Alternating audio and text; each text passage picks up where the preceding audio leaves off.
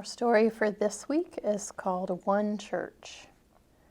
Today, people get text messages from friends. People used to write letters. Many years ago, a church community received a letter from the Apostle Paul.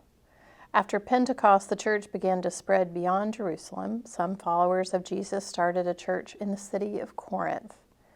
This church was like one big family, but sometimes they quarreled. One day they began to argue about who was the best follower of Jesus. The argument went on and on. Some people sent a message to their friend Paul asking for help. Paul couldn't come to them, so he wrote a letter. When the letter arrived, the people gathered together to hear what Paul had to say. Dear friends, our church is like a body. A body is made up of different parts: head, legs, arms, feet. Each part has a different job to do. Imagine if the whole body were a giant mouth. How would it see? If the body were just an eyeball, how would it move around? The ear cannot say to the mouth, I don't need you. The head won't say to the nose, go away, I don't want you. How silly that would be. Each person in the church is like a part of the body. Each one of us is important. We each have a job to do, but we can work together. We can help one another.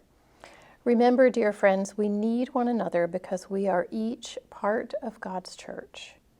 Your friend, Paul. The people thought about Paul's words. The people realized it was silly to argue about who was the best of Jesus' followers. They were each important. They each had a job to do, and they needed one another. They knew that if they worked together, they would be able to do wonderful things for God. And that's what they did.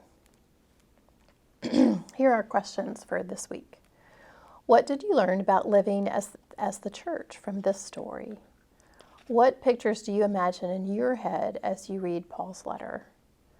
What special gifts and talents do you have, and how can you share those gifts with the church? I hope you have a wonderful week.